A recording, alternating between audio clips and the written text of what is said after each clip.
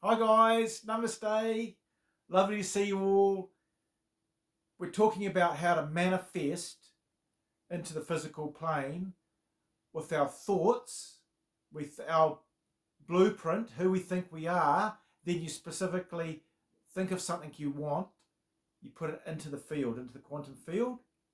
Then our feelings, our self esteem, you pull that in through gratitude, through love, just happy and grateful for it. See it in your mind's eye, and then pull it. By pulling it in, you're magnetizing that from the field into your life. And then the third thing is just take action, guys. So it's 3 by 3. You've got to think it, feel it, and take action, guys. So tab subscribe if you liked it. All the best.